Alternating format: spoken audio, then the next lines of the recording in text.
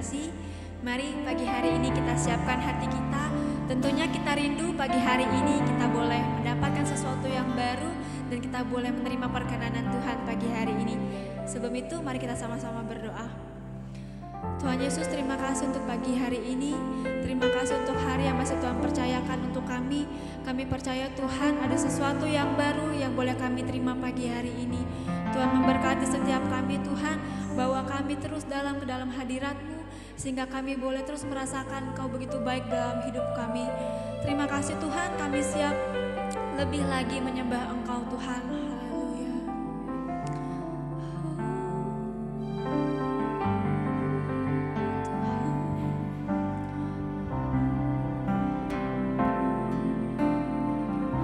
Mari kita sama-sama naikkan pujian ini.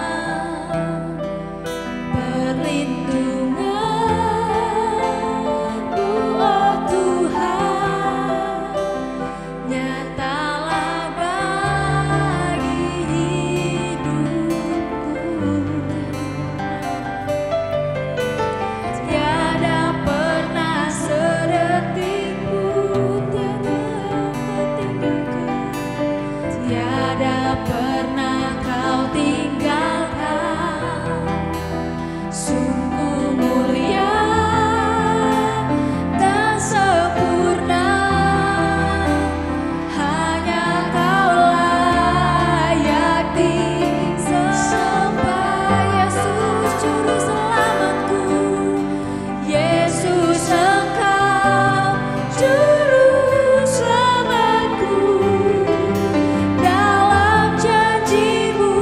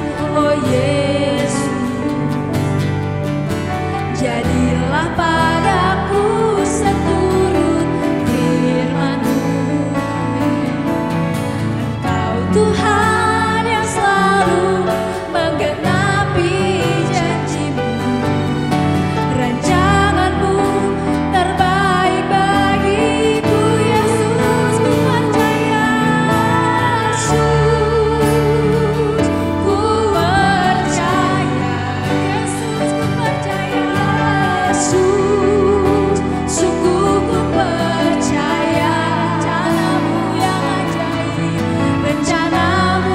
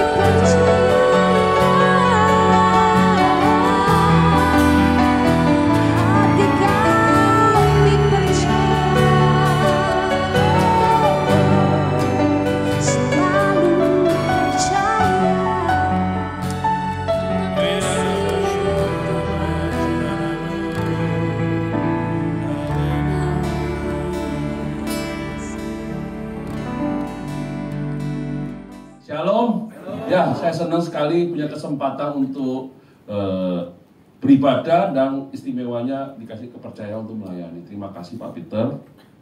Saya ketemu banyak teman. Kalau depan ini sudah hafal, ya. Suami istri selalu nyapa saya juga, di belakang juga selalu nyapa saya kalau ketemu. Beberapa saya juga lupa, tapi tidak apa-apa. Yang penting saya bersyukur diberi kesempatan. Bisa dibantu kalau memang punya pointer, kalau nggak ada apa-apa. Oke. Teman-teman, saya langsung aja ya. Waktu saya berapa menit Pak Peter? 40? 45, oke. Makasih. Dipanggil Tuhan untuk menjadi berkat.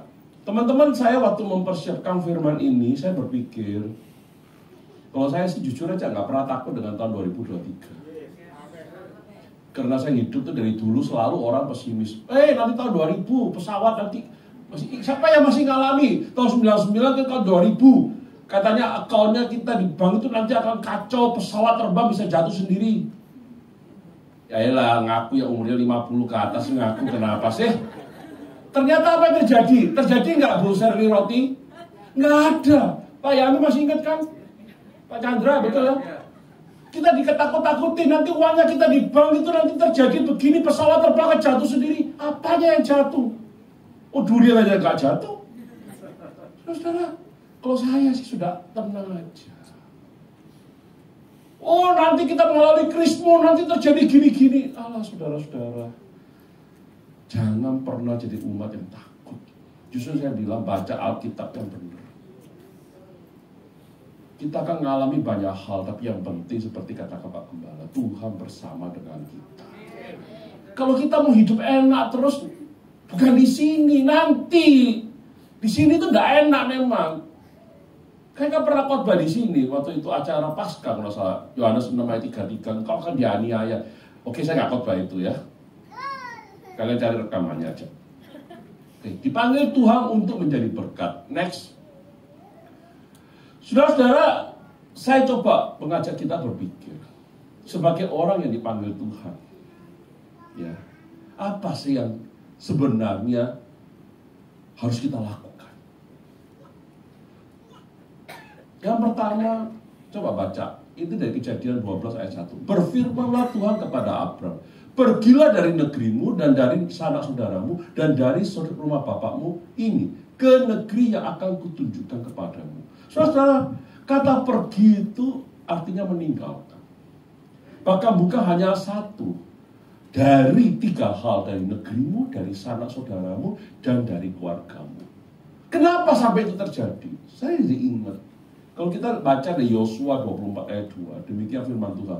Berkatalah Yosua kepada seluruh bangsa itu, beginilah firman Tuhan, Allah Israel. Dahulu kala di seberang sungai Efrat, disitulah diam nenek moyangmu, yakni Tera ayah Abraham dan ayah Nahor. Dan mereka beribadah kepada Allah. Jadi dengan kata lain, Abram pada saat dipanggil keluar dari negerinya, dari sanak saudaranya, dari keluarganya, sama dengan kita. Kita disebut eklesia. Banyak berkata ini adalah gereja. Saya tidak melihat kepada gereja berarti bangunan, tapi kepada orang, jemaat. Orang yang dipanggil keluar dari kegelapan. Orang yang dipanggil keluar dari statusnya dia sebagai orang berdosa, karena percaya kepada kasih Kristus, menerima Yesus sebagai Tuhan dan Juru Selamat, menerima kasih karunia sebagai Juru Selamat, maka engkau dan saya diselamatkan. Disebut orang-orang kudus. Eklesia. Saudara-saudara, kudus itu juga berarti, saya rasa sebut bahasa Ibrani, saya juga nggak jago ya. Saya tahunya cuma sedikit ya. Kudus artinya engkau dan saya itu disisihkan, dipisahkan, Pak. Kata kudus itu dalam bahasa aslinya. Saudara, pada saat firman Tuhan diberikan kepada Abram, dia, Tuhan, tidak berkata, kamu tak kasih ini dulu, baru. Tapi perhatikan baik-baik, susunan kalimat. Pergilah dari negeri, tinggalkan itu. Lalu aku akan kutunjukkan negeri yang akan kutunjukkan kepadamu. Tempat baru yang akan kutunjukkan kepadamu. Abraham tahu enggak? Enggak tahu. Saudara, seringkali kita di dalam hidup ini, seperti WL tadi, saya nggak tahu ibu ini siapa, ini pesimis banget ya. Setiap kali mau mulai laku itu takut. Jangan takut, Dit. Misteris, jelas misteris lah. 5 menit lagi misteris, lampu mati, enggak, kita nggak tahu. Tapi satu yang kita tahu, kita nggak takut kepada Tuhan. Jangan takut. Kalau engkau takut, menjadi pertanyaan, engkau nurut sama siapa? Saya nggak takut sama, ya takut itu bisa ya, bukan berarti nggak takut sama sekali. Tapi takut dengan ramalan orang dan mengatakan, saudara-saudara, hidup kita di tangan Tuhan. Bukan di tangannya Joe Biden atau siapapun, enggak. Bukan tangannya Putin, bukan. Tangan Tuhan. Jujur saja saya ngomong, engkau taruh pistol di kepala saya, engkau berkata, Pak Effendi, nyangka Tuhan nggak tahu apa. Kalau enggak, gua tembak mati. Gua bilang apa? Kalau pistolmu bisa meledak, mungkin gua mati. Tapi tangan gua, nyawa gua di tangan Tuhan. Bisa jadi tembak, dong. Tembus, tapi tidak mati. Karena nyawa kita di tangan Tuhan. Itu loh, yakin itu. Kalau pun mati, ya tidak apa-apa. Apalagi istri saya jadi janda, saya keturunan di surga. Selesai. Saudara, belajar percaya. Tahun ini kita melangkah. Saya bersyukur Pak Peter memberi kesempatan buat saya setelah kemarin tanggal 1 Pak Gembala sendirian khotbah. Saya ditanya tanggal 8. Saya ingin mengajak kita sebagai orang dipanggil Tuhan. Tuhan manggil kita, bukan dibiarkan. Tuhan manggil kita. Tuhan ingin kita mengalami perubahan hidup. Percuma Bapak Ibu kalau engkau dengar firman sampai tiap hari WA firman, ya mungkin kau juga gak pernah baca, hanya sekedar forward. Gak pernah merenung, sorry. Saya tuh paling gak seneng sudah dikirimi firman-firman yang panjang lebar. Saya tanya yang kirim ke saya, kamu baca enggak? Enggak. Kalau apa kirim ke aku? Bikin pulsa aku habis saja. Ada yang kirim saya video sampai bermenit-menit. Saya tanya dia, lu ngerti enggak? Enggak. Lu tahu enggak itu ada yang salah? Enggak tahu. Ngapain lu kirim ke gua? Saudara, saya tidak berkata bahwa baca firman itu salah. Tapi kalau melakukan hal seperti itu, maka engkau dan saya tidak akan pernah mengalami perubahan hidup. Hanya sekedar rame-rame tok di WA. Hanya kelihatannya seperti orang yang rohani. Firman Tuhan diberikan kepada kita supaya engkau dan saya mengalami perubahan hidup. Orang lain boleh takut, orang lain boleh mungkin nggak yakin. Kalau saya dengan firman Tuhan saya yakin. Justru teman-teman, saya kebetulan belajar juga tentang akhir zaman. Orang selalu berpikir, Pak, akhir zaman itu menakutkan, begini, begitu. Saya cuma bilang gini, Dek, kalau akhir zaman itu sesuai dengan Alkitab, itu pasti terjadi. Masih kamu mencegah kayak apapun, tidak bisa.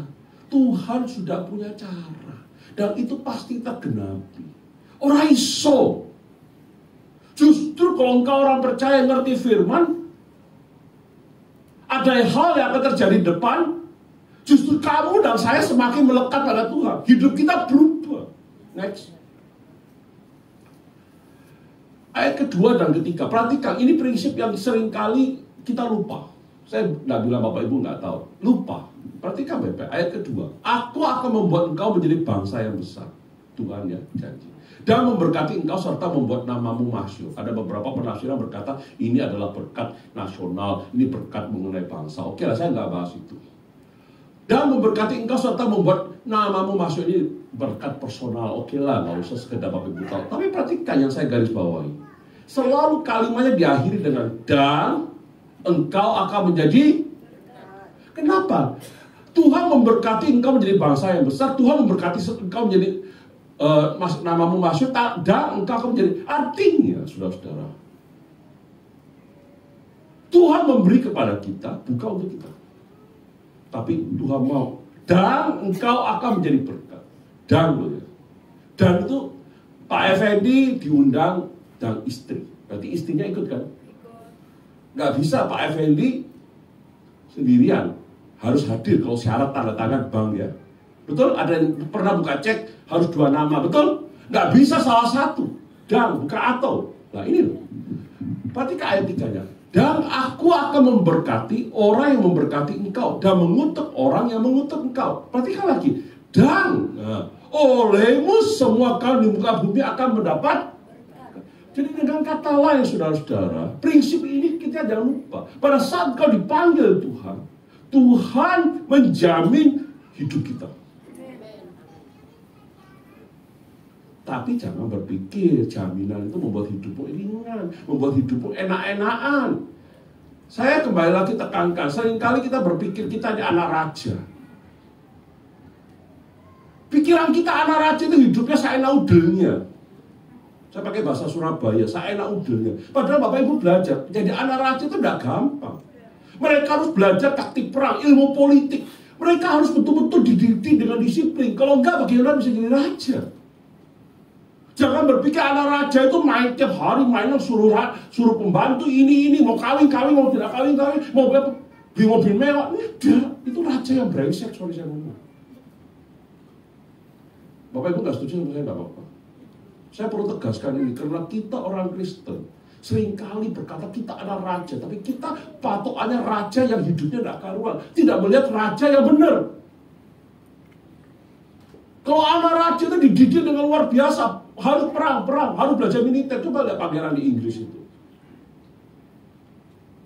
Pangeran di Arab, yang benar loh ya, jangan yang kawin cerai ya, yang punya gundik banyak, bukan itu. Tapi yang betul-betul mau mengatap pemerintahan pasti dididik dengan sungguh-sungguh. Itu anak raja. Saudara, prinsip ini kita harus pegang. Artinya engkau dan saya pada saat engkau mendengar firman, engkau mengerti dalam konteks ini kita dipanggil. Engkau dan saya itu dipanggil untuk apa? Bukan untuk hidup kita lagi. Next, coba dilihat di bawahnya. Kita ini dipanggil untuk menjadi berkat. Tapi nggak mungkin kau dibiarin Tuhan begitu saja. Siapa di sini dari Angkatan Bersenjata Republik Indonesia? Di Angkatan Darat yang saya tahu itu ada namanya bagian logistik. Oke? Apa sih logistik itu? Ya kurang lebihnya bagian yang support kalau ada keperluan. Tuhan itu tidak mungkin suruh kita maju tanpa dibekali. Cuma memang kadang-kadang itu maunya kita sebelum berangkat sudah dapat sangu, dapat berkat, dapat ini. Saudara, banyak orang seperti itu, tapi kenyataan begitu dapat berkat itu tidak mau melangkah. Kenaan. Saudara, Abram dikasih prinsip. Abram, aku akan memberkati engkau. Jadi bangsa yang besar. Namamu masyhur. Olehmu akan memberkati orang yang memberkati engkau. Tapi ujung-ujungnya dua-duanya engkau akan menjadi berkat. Ini loh kita. Kalau engkau hari ini mendengar firman, coba renungkan hari ini. Selama ini apa yang kau doakan? Tuhan tolong berkati saya. Terus sobat gitu loh. Engkau minta Tuhan memberkati engkau. Engkau minta Tuhan pakai engkau. Tapi engkau tidak mau jadi berkat. Bisa nggak kira-kira? Saudara-saudara, prinsip pertama kalau engkau dipanggil Tuhan, engkau mengalami perubahan hidup. Abraham tidak lagi hidup untuk dirinya, tapi hidup untuk tujuan Tuhan. Amin. Jangan hanya minta diberkati. Kayaknya mulai gak senang sama saya ya. Ini pendeta kalau khotbah keras banget ya. Buat saya merasa gak nyaman, merasa saya ditegur. Saya pun ditegur loh sama firman ini. Oke, next. Yang kedua, mentaati Tuhan dengan tindakan nyata. Seringkali Bapak Ibu kita berkata, Pak, Bu, aku ini kepingin nuruti firman Tuhan. Tetapi Bapak Ibu dipilih-pilih. Mana yang cocok sama dia mau ikut, yang gak cocok gak mau. Banyak gak? Ya banyak. Gak usah ngaku, nanti ketahuan. Coba kita koreksi diri kita sendiri. Perhatikan baik-baik yang saya garis. Lalu pergilah Abram seperti yang difirmankan Tuhan kepadanya. Seperti yang difirmankan Tuhan kepadanya. Jadi dia melakukan sesuai itu. Saudara-saudara, ini yang kita harus hati-hati. Bagaimana kita bisa mentaati firman Tuhan? Mentaati Tuhan jika engkau dan saya tidak pernah menyukai firman Tuhan. Engkau dan saya tidak mau berubah oleh firman Tuhan. Bisa nggak kira-kira? Pak, di firman Tuhan ada firman loh ya. Jangan ngutangi orang. Wih. Jangan menjamin orang. Ada nggak? Ada atau enggak? Katanya kita harus nolong orang. di firman Tuhan dikatakan tidak boleh jamin. Terus siapa? Saudara, itulah yang kita harus belajar. Saya barusan lihat satu, saya nggak sebut ya tempat ya, nggak sebut alamat di YouTube. Ada seorang terkenal di Indonesia berkata, saudara-saudara, dengar baik-baik ya, ini saya ngomong ini yang keliru menurut saya ya, jadi jangan dibilang Pak Effendi ngajar yang keliru ya. Menurut saya orang ini terkenal banget, cari YouTube sendiri. Dia bilang, kita nih hidup ya Bapak Ibu, nggak perlu nabung. Kalau kita menabung, artinya kita nggak percaya bahwa Tuhan pelihara kita. Wih, pintar banget nih orang ya. Lo kok tertawa kalian? Kenapa takut tabungannya gua minta? Oke?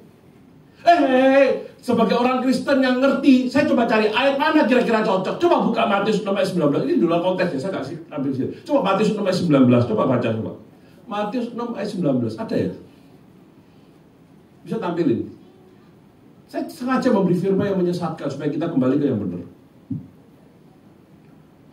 Betul ya? Janganlah kamu mengumpulkan harta di bumi. Di bumi ngangkat dan karat tidak merusak, karat merusakkannya, dan pencuri membuka serta berarti bener ya. Orang ini ngomong di TV, di YouTube, bukan TV, YouTube. Ya dulu kan zaman dulu orang kuno kan selalu bilang TV, padahal sekarang kan nggak dari HP kan bisa. Di YouTube bilang jangan, nggak perlu menabung. Kalau engkau menabung, artinya engkau nggak percaya bahwa hidup dipelihara Tuhan. Ada orang Kristen yang rotok, goblok, rotok, gendeng sisan. Ngambil ayat ini, janganlah kamu mengumpulkan harta di bumi. Kan sama dengan menabung ya Pak Chandra ya. Halo, piye jelaskan ini. Pak, Bapak punya tabungan? Melanggar firman Tuhan. Bu Indah punya tabungan? Melanggar firman Tuhan.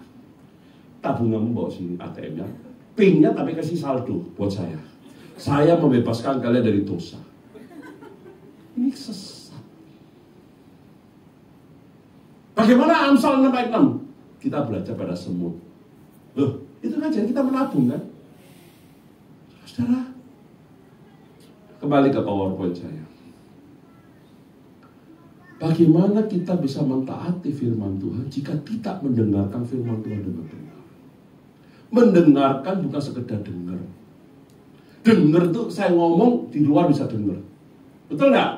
Suaranya Pak Effendi keluar. Tapi yang namanya mendengarkan itu dengan aktif, teliti, seksama. Maksudnya betul ini. Bagaimana engkau dan saya bisa melakukan firman jika kita nggak ngerti, jika kita nggak pernah dengar, nggak pernah baca, nggak pernah merenungkan? Mungkin saya pun, walaupun saya seorang pengajar, tapi saya banyak hal saya terus belajar. Mendengar bukan sekedar dengar, tapi coba dengar dengan teliti. Kok ini ada bagian yang kok nggak pas ya? Betul ya? Tapi ayat tadi itu kan bisa menjerumuskan nggak, teman-teman? Matius 6:19, betul ya? Itu dari Alkitab kan? Betul Pak Yakob? Dari Alkitab kan? Tapi kok diajari nggak boleh nabung, nggak perlu ngumpulkan. Loh bukan itu konteksnya. Konteksnya itu ayatnya kurang tepat. Jangan mengumpulkan harta di dunia. Karena ayat 20-nya kalau Bapak Ibu bandingkan begitu. Artinya engkau mengumpulkan harta di dunia itu boleh, tapi jangan untuk dirimu saja. Tetap jadi cocok dengan saya kan dari ayat ini. Kita diberkati untuk menjadi berkat. Coba kembali ke Matius 6 ayat 19 supaya kan saya nggak dibilang sesat. Janganlah kamu mengumpulkan harta di bumi. Kalimat yang aslinya itu janganlah kamu mengumpulkan harta di bumi untuk dirimu sendiri. Itu loh. Jadi kalau Bapak Ibu punya tabungan, tapi tabungan itu untuk pembangunan gereja, untuk bantu orang lain, untuk ini boleh. Pak, boleh nggak untuk kesehatan saya? Boleh. Kalau Bapak Ibu sehat kan nggak ngerepoti orang lain kan? Lah, itu loh. Jadi kita kudu pinter. Pak, bagaimana kita bisa melakukan firman yang kita nggak ngerti? Ayo Bapak Ibu yang tadi saya bilang, jangan menabung. Mulai keluar dari sini. Enak ya Pak Effendi itu ngajari kita nggak perlu nabung. Mulai hari ini kita hidup foya-foya. Itu malah Alkitab ya, keliru. Nangkap ya? Jadi saudara-saudara kita belajar dengar. Firman Tuhan, engkau dan saya harus mendengarkan dengan benar. Baru kita bisa. Oke, kembali ke PowerPoint saya. Lalu pergilah Abram, seperti yang difirmankan Tuhan kepadanya. Dan Lot pun ikut bersama-sama dengan dia. Abraham berumur 75 tahun ketika ia berangkat dari Haran. Oke. Jadi saudara-saudara, engkau harus belajar. Saya harus belajar. Sebelum kau berkata, saya mau melakukan. Gak mungkin lah omong kosong kalau engkau bisa melakukan sesuatu yang kamu gak tahu. Setuju enggak? Gak mungkin. Kebetulan ya. Tapi apakah kebetulan itu terus-terusan? Nggak bisa. Engkau tahu saja, belum tentu bisa melakukan. Engkau tahu saja, bisa melakukan, belum tentu melakukan dengan benar. Kalimat saya perhatikan baik-baik. Engkau tahu saja, bisa melakukan dengan benar, tapi belum tentu engkau setia melakukannya. Nah itu teman-teman. Jadi namanya melakukan seperti firman Tuhan itu klop. Oke, next. Yang berikutnya saya ingin beritahu buat kita. Abraham itu melakukan firman Tuhan seperti yang dilakukan firman Tuhan. Yang seperti dikatakan oleh firman Tuhan. Dibuktikan dengan tindakan yang nyata. Apa tindakan nyatanya? Perhatikan baik-baik. Abraham membawa Sarai istrinya. Dan Lot anak saudaranya. Dan segala, perhatikan. Dan segala harta benda yang didapat mereka. Dan orang-orang yang peroleh mereka di Haran. Mereka berangkat ke Kanaan lalu sampai ke situ. Di situ. Saudara-saudara, kalau saya boleh, ini penafsiran saya sendiri ya, boleh katakan Abraham ini totalitas. Kenapa? Dia bawa istrinya, Lot ikut, dan segala harta bendanya. Artinya, kalau boleh katakan mungkin di sana, di tanah Haran sudah nggak ada apa-apa. Oke? Kalau dia masih berangkat sendiri, Sarah ditinggal, hartanya sebagian ditinggal, kira-kira dia balik nggak? Kemungkinan balik. Kemungkinan dia ragu-ragu. Bapak Ibu pernah dengar nggak? Saya nggak tahu benar atau nggak ceritanya. Raja Napoleon Bonaparte itu pernah mau perang. Waktu nyebrang sungai itu, setelah nyebrang sungai, kapalnya dibakar semua. Prajuritnya bingung, kenapa kita bakar kapalnya? Nanti kita kalau dikejar musuh kita balik, nggak bisa balik. Kapalnya udah terbakar semua. Napoleon bilang apa? Justru itu, kamu nggak punya jalan. Satunya jalan adalah maju. Saya juga gitu. Sedikit-sedikit saya belajar. Oke? Saya kepingin pindah Bali seperti Pak Peter. Pak Peter lebih nekat dari saya. Oke? Saya mikir. Sepakat sama istri saya. Sudah, Surabaya punya rumah kita jual. Memang duit saya terbatas ya. Jual rumah Surabaya. Bisa ya saya kontrakin duitnya tak ambil, tak kasih bangun di Bali bisa. Tapi enggak. Jual. Jadi kita nggak balik Surabaya lagi. Kita tinggal lagi di Surabaya. Nggak punya pilihan. Wes mati urip nang Bali lah. Itu totalitas. Saudara-saudara, pertanyaan buat kita. Pada saat engkau dipanggil Tuhan, engkau mendengarkan firman Tuhan, engkau berjanji aku mau berubah. Tapi apa engkau melakukan dengan hati yang totalitas? Saya belajar Bapak Ibu. Saya belajar. Umur saya tahun ini 57. Saya jadi hamba Tuhan sudah 17 tahun. Ya. Apa saya sudah bisa? Masih belajar. Tahun ini saya jadi pendeta sudah kurang lebih 12 tahun. Februari nanti 12 tahun saya jadi pendeta. Apakah saya masih sudah bisa totalitas? Masih belajar. Kenapa? Banyak hal saya masih daging itu lemah. Paulus di Roma 7 berkata, aku ingin melakukan yang baik, tapi yang keluar yang apalagi engkau dan saya tidak pernah mau melakukannya. Omong kosong, kau adalah orang dipanggil. Ayo kita mulai masuk ke tahun 2023 sebagai orang dipanggil Tuhan. Kita belajar mendengarkan firman yang merubah hidup kita. Yang kedua, kita mentaati dengan tindakannya. Percuma Pak ikut orang-orang bikin resolusi. Saya mau tanya, berapa banyak Bapak Ibu ikut? Saya tidak bila di sini tempat lain. Resolusi ini. Tahu resolusi ya? Bukan revolusi loh ya, resolusi. Jangan saya ngomong di wala-wali ya. Resolusi, tahun ini saya mau begini. Tapi kenyataan udah lewat, udah 5 tahun pun 5 kali retreat pun gak berubah-ubah. Gak usah kakek ngomong. Orang Surabaya bilang KKO. Tahu KKO? Kakean ngomong. Kakean ngomong. Kakean itu kebanyakan ngomong. Gak usah. Tindakan nyata. Ayo, mau berubah? Iya, sih ini tok sing lainnya enak. Ini khotbahnya nyinggung saya terus ini. Ya gak apa-apa. Next. Nah ini seneng semua. Menerima penggenapan janji Tuhan. Jemaat Tuhan itu paling seneng. Tuhan janji pasti digenapi. Tapi kamu janji sama Tuhan genapi gak kamu? Ayo ngaku. Kalau Tuhan gak genapi janjinya, kita marah. Tuhan, mana janjimu? Engkau iya dan amin. Tapi iya dan toh aminnya borong. Belum. Tuhan tanya, kamu sudah nepati janji? Coba perhatikan ayat 6. Abram berjalan melalui negeri itu sampai ke suatu tempat dekat Sikem, yakni pohon tarbatin di More. Waktu itu orang Kanaan diam di negeri itu. Ayat 7, ketika itu Tuhan menampakkan diri kepada Abram dan berfirman. Perhatikan baik-baik. Aku akan memberikan negeri ini kepada keturunanmu. Saudara-saudara, Tuhan menepati janjinya ya. Abram di awal katakan berangkat toh, ayat pertama, akan kutunjukkan. Betul ya? Abram itu yakin. Jalan dia, nggak tahu mau kemana pokoknya. Mungkin sampai Bali juga dia nggak tahu. Sampai jalan, Tuhan menunjukkan, ini loh tempat kamu. Negeri yang akan kuberikan kepada keturunanmu. Saya sedikit gambaran, ini sedikit gambaran. Perhatikan ayat 6. Kenapa ada kalimat, waktu itu orang Kanaan diam di negeri itu. Memangnya Alkitab itu kurang penuh, sehingga perlu tambah keterangan. Waktu itu orang Kanaan diam di negeri. Saudara-saudara, ayat ini ingin menjelaskan kepada kita, Tuhan memberi Kanaan kepada Abram dan keturunannya, bukan negeri yang gersang, bukan negeri yang nggak tanah, yang nggak ada tuangnya. Ada yang tinggal di sana, Bapak Ibu. Bapak Ibu yang sudah di Bali 30 tahun siapa? Pak Peter. Oke, Pak Peter bisa bayangkan dulu ya, waktu di Gatot Subroto ya, dulu terkenal dengan daerah Satelindo ya Pak ya. Itu rame atau gersan Pak? Sepi.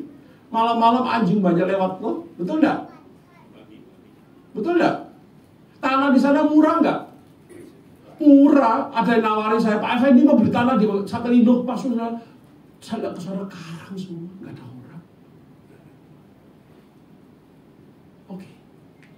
Coba tawari, Pak mau enggak di Kuta? Seminya, mahal. Kenapa? Daerahnya bagus. Nah, saudara-saudara, ini enggak. Waktu itu orang Kanaan ada yang punya, tapi Tuhan punya segalanya. Amin. Jadi Tuhan memberi dia bukan sesuatu yang negeri yang gak bagus, bukan gersang. Apalagi kita tahu Kanaan negeri yang subur kaya.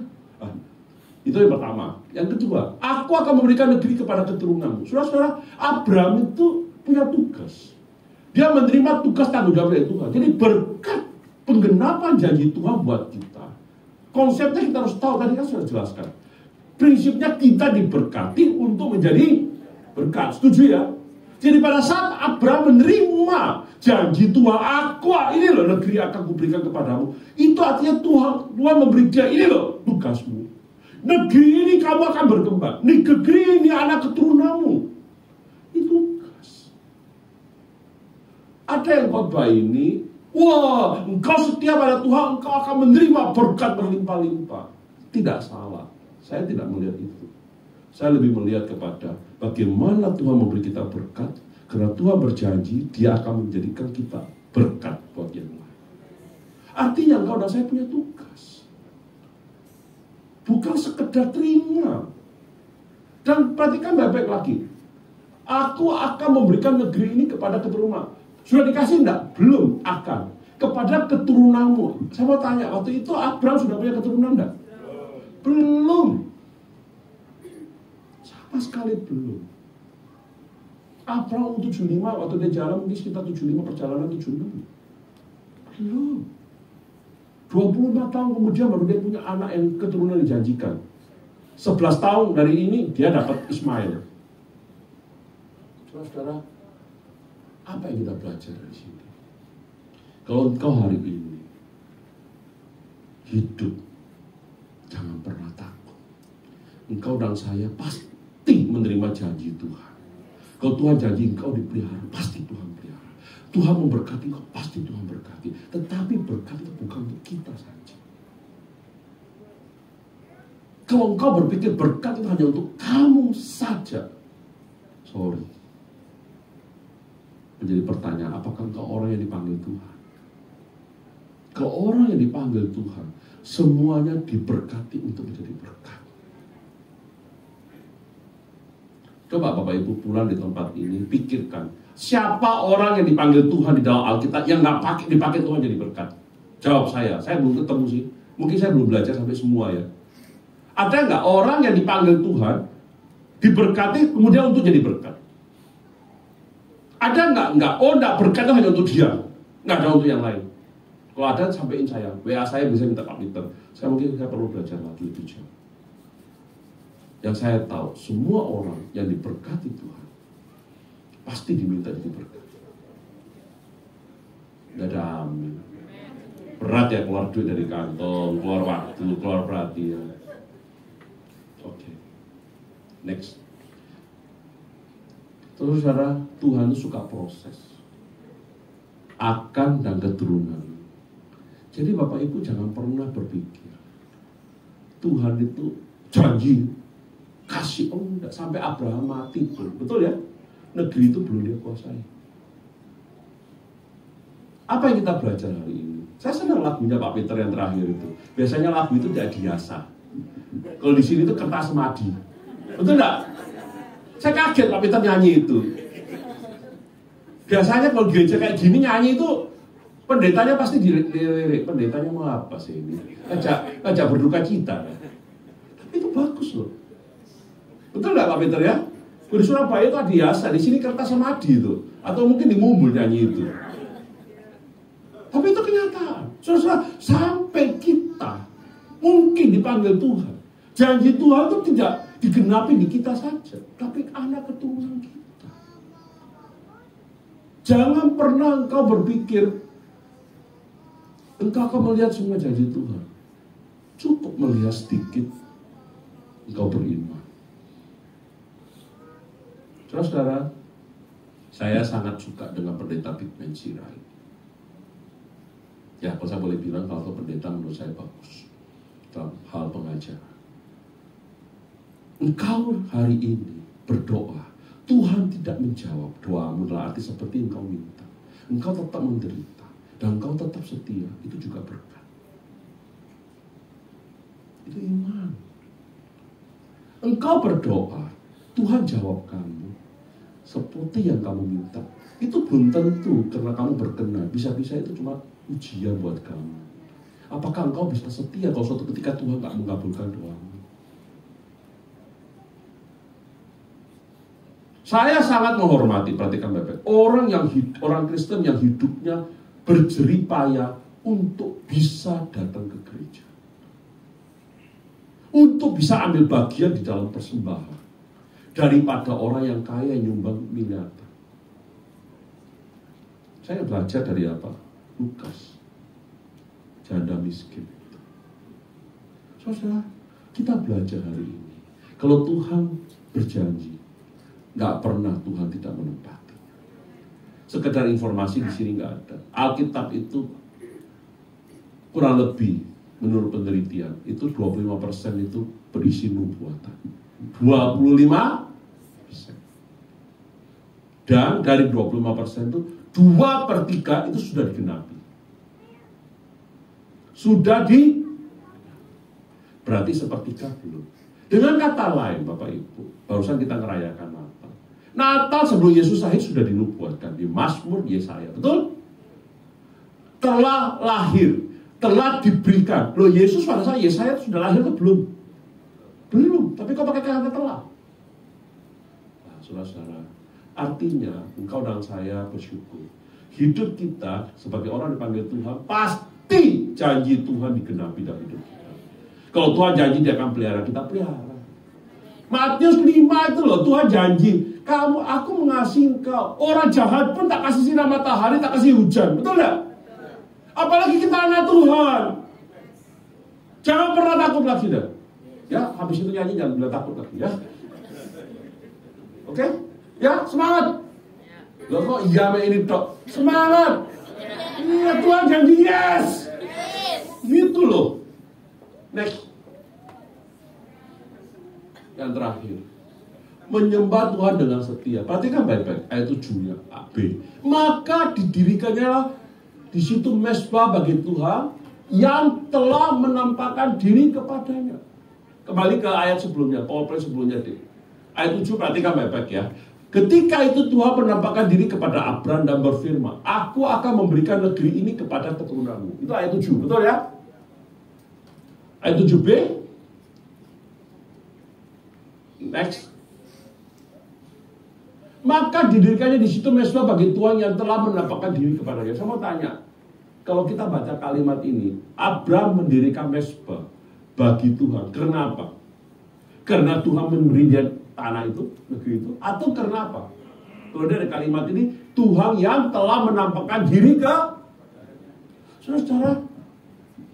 Abram memberi contoh buat saya nggak tahu Bapak Ibu. Kalau saya menafsir ayat ini, saya lebih melihat kepada Abram membangun mesbah. Mesbah itu tanda penyembah, ibadahnya dia kepada Tuhan, bukan karena dia dapat berkat, tapi Tuhan mau menampakkan diri. Tuhan mau datang kepada dia. Tuhan mau bicara kepada dia. Itu Tuhan. Bukan karena berkatnya. Kalimatnya jelas ya. Alkitab kita sama nggak? Kenapa kok nggak? Maka didirikan di situ mesbah bagi Tuhan yang telah memberikan negeri itu kepadanya. Enggak kan?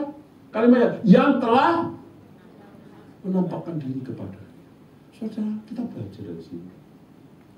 Artinya apa? Pada saat engkau dan saya sebagai orang percaya dipanggil Tuhan, mengalami perubahan hidup, setia melakukannya, menerima penggenapan janji Tuhan, kita tahu Tuhan itu siapa. Soal berkat dikasih itu, terima kasih Tuhan. Tetapi kita menyembah Tuhan semata-mata karena Tuhan. Lagunya tadi WL-nya bagus sekali. Ya, Tuhan, saya nggak tahu lagu yang mana tadi, yang ketiga sebelum Pak Peter itu. Karena Yesus, karena Yesus. Ayat 8. Kemudian ia pindah ke situ. Ya, dari situ ke pegunungan sebelah timur Betel. Ia memasang kemahnya dengan Betel di sebelah barat dan Ai di sebelah timur. Lalu perhatikan sama-sama, kita boleh baca yang keras ya. Lalu ia mendirikan di situ mesbah bagi Tuhan dan memanggil nama Tuhan. Dia mendirikan mesbah bagi Tuhan. Ada sesuatu yang berbeda. Dan memanggil nama, ditambahkan itu. Saudara, saya melihat ayat ini sebagai suatu peningkatan. Hubungan penyembahan, relationship antara Tuhan dengan Abraham, lebih tepat antara Abram dengan Tuhan. Dia membangun mesbah karena Tuhan menampakkan diri. Di sini dia mendirikan mesbah. Tuhan tidak menampakkan diri, tapi dia memanggil Tuhan. Saudara merasa ada bedanya nggak sekarang? Yang pertama, Tuhan menampakkan diri, dia membangun mesbah. Yang kedua ini dia melangkah lagi, dia membangun mesbah dan memanggil nama Tuhan. Kata ini dipakai worship. Ada peningkatan hubungan. Ada penyembahan lebih sungguh-sungguh. Alkitab hanya mencatat 3 kali Abram mendirikan mesbah atas inisiatif sendiri. 2 di sini. 2 di sini. 1 kali lagi di Kejadian 13 ayat 17-18. 2 kali. Yang Kejadian 22 dia mendirikan mesbah karena Tuhan yang perintah waktu mempersembahkan Ishak. Oke, sudah percayalah sama saya lah. Oke, jadi saudara-saudara, kita belajar apa? Engkau dipanggil Tuhan. Next, sebagai orang yang dipanggil Tuhan untuk menjadi berkat, maka kita haruslah satu. Pada saat kita mendengar firman Tuhan, kita harus mengalami perubahan hidup. Coba cek diri kita sebelum kita melangkah lebih jauh. Yang kedua, Bapak Ibu, mentaati Tuhan dengan tindakan nyata. Satu demi satu kita lakukan. Saya mengajar di beberapa training ya, bagaimana kita melakukan firman Tuhan dengan tangan. Ternyata jangankan teman-teman jemaat biasa, yang mahasiswa S2 saja, S1-nya teologi, saya panggil mereka coba praktek sih. Kesulitan mereka mengungkapkan bagaimana mentaati firman Tuhan. Banyak cuma ngomong, iya mentaati Tuhan itu artinya kita lebih sayang sama Tuhan. Saya tanya, piye kamu tuh contohnya kamu hari ini lebih sayang sama Tuhan daripada kemarin? Contohnya apa? Ayo ngomong. Tahun ini kita akan lebih mengasihi Tuhan. Contohnya apa? Apa yang kamu lakukan? Halo? Coba pikir. Kalau perlu, Pak Peter boleh kontak saya. Nggak usah kasih PK, Pak. Kita bicara sendiri. Saya siap menjadi teman buat Bapak Ibu untuk belajar. Saya ngomong ini bukan minta itu ya, tulus hati saya untuk membantu. Supaya kita bisa sama-sama belajar menjadi pelaku firman. Bukan sekedar resolusi. Yang ketiga, engkau dan saya pasti menerima penggenapan janji Tuhan. Cuma pertanyaannya, engkau mau terima janji, tapi mau nggak engkau menepati janjimu itu jadi berkat? Banyak orang hanya mau terima, tidak mau pulang. Banyak orang hanya mau terima berkat, tapi tidak mau jadi saluran berkat. Saya nggak bicara duit, duit itu salah satu. Waktu, perhatian, ilmu, segala macam itu bisa. Oke? Yang ketiga, banyak orang pada saat Tuhan sudah mengenapi janjinya, sudah memberi tugas, dia tidak lagi setia pada Tuhan.